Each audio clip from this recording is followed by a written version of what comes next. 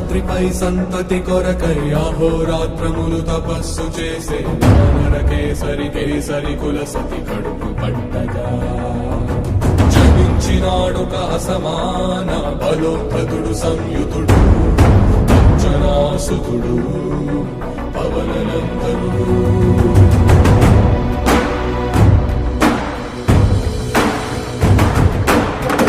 కిరణముల ఉదయాత్మి గని అది పండిన తీయని పంటను పడు సూర్యమండలము పండితి కాలని ఊళ్ళూడే అనుదేహం నాడున రవి మరుగై జగము చీకటై మారా.